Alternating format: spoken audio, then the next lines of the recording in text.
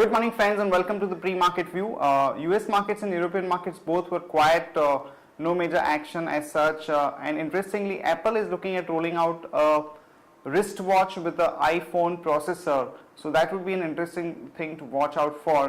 When we look at the Asian markets, many of the markets are shut because of the Chinese Lunar New Year. But the Japanese markets are flying off and they are up almost 2% as there is a further weakness in yen against the dollar, and it's almost at about 94.8 to about 95 levels. Talking about the flows, FIs were net buyers in the cash market to the tune of 941 crore, and domestic institutions were sellers to the tune of about 996 crore, and even in index future we have seen some buying coming back by the FIs, and they were buyers to the tune of about 319 crore. But overall, we've seen quite a dull session in our markets, no major action at the index level, but we continue to see some action in the stock specific counters depending upon the results or other news flow. So this is something that is definitely a bit frustrating for a lot of players in the market. On that note, let me invite Shaival to take us through important F&O cues, data and strategies that we can have in the F&O markets. Good morning friends, let's have a view at derivatives. Friends, we've been seeing that from past couple of trading sessions, markets have been trading in a very narrow range of say around 100-110 points, and in yesterday's trade also we have seen that Nifty traded in a band of around 30 to 40 points, due to which we have seen that the premium has increased marginally from 18 to 23 points approximately, and the PCR ratio has also seen a marginal downtick. It's at 0.97. Now we have seen that during this course of period, the FIs have pumped in around 900 crores in yesterday's trade. That is, they are the net buyers. And one interesting thing is that across all the instrument in derivative segment, they are net buyers. So this is for the first time we have been seeing such kind of activity from the FIs front. Now, if I talk about the implied volatility, it has increased marginally, say by around 50 to 150 basis point. And if we have a look at the activity on the options front, strikes of 5,800 put option has a good amount of open interest, and 5,900 put option still stands with highest number of shares in the open interest. And on higher side, 6,000 and 6,200 call option has seen a good activity. Friends, all these things together, if clubbed together, what we feel is that 5,900 is the important level to watch on, because 5,925, which is the straddle value, we have closed below that, but we have not seen a further breakdown in the market. So 5,900 on closing basis would act as a good support for the market, but if those levels are taken off, markets are not able to hold those levels, then it would open gates for further downside, and our bias for the market is still negative as we are trading below our weekly VWAP.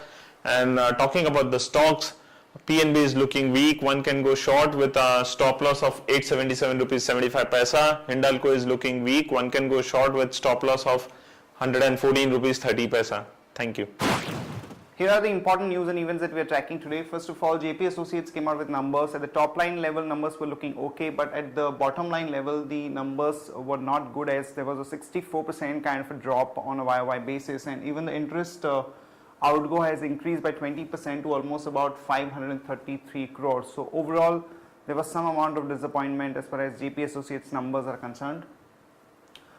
Other important events to watch out for today: IIP numbers for the month of December are going to be out, and the consensus expectations are that it's going to be 1.1%. Remember that now that the RBI is in a rate cut mode, we are not expecting any major action by the RBI or the market because of the IIP number as such. And also importantly, Finance Minister is looking at meeting the state finance ministers on February 14th to prepare a roadmap for the rollout and design of GST, which is going to be an important thing to watch out for. After meeting their divestment target for this fiscal to the tune of almost about 24,000 crore, now the government has set the side for the next year divestment, and the companies that they are looking at divesting are Coal India, Indian Oil and NHPC. So we'll have some more details about it over the next few days. Companies which are going to be announcing numbers today: Jindal Steel and Power, we are looking at a net profit of about 931 crore, and SAIL we are looking at a net profit of about 597 crore. TCS, some positive news as Nielsen Holding has increased the deal size with TCS from about 1 billion to almost about 2.5 billion, which is positive for TCS. So one can go long there with a stop loss of 1386 and a target of about 1456 to about 1483. GSFC, some positive news as they have got the go ahead from the local authorities in Canada for potash mining for one of the companies that they have acquired. So positive for GSFC, one can go long there with a stop loss of 61.75 and a target of about 65 to about 66. Emami has decided to do one more price hike of about 4 to 5% across some of its products. Remember, this is the second price hike that they are looking at doing. So one can go long on Emami with a stop loss of 581 and a target of about 611 to about 622. Some positive news for Eros International as it has entered into a JV with Endemol to share about 100 crore of property like television serials and movies that Eros International has.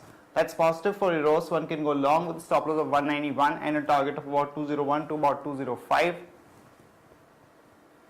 Cipla, some positive news as the patent office has ruled in favor of Cipla in relation to a cancer patent drug.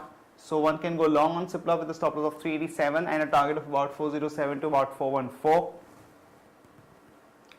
Some negative news for Unitech as its managing director has been named in case of a taped conversation with the prosecutor of CBI, which could have a major negative implications for Unitech. So one can go long on Unitech with a stop loss of 35.75 and a target of about 34 to about 33. That's it from all of us, friends. Have a nice trading session. See you tomorrow at the same time.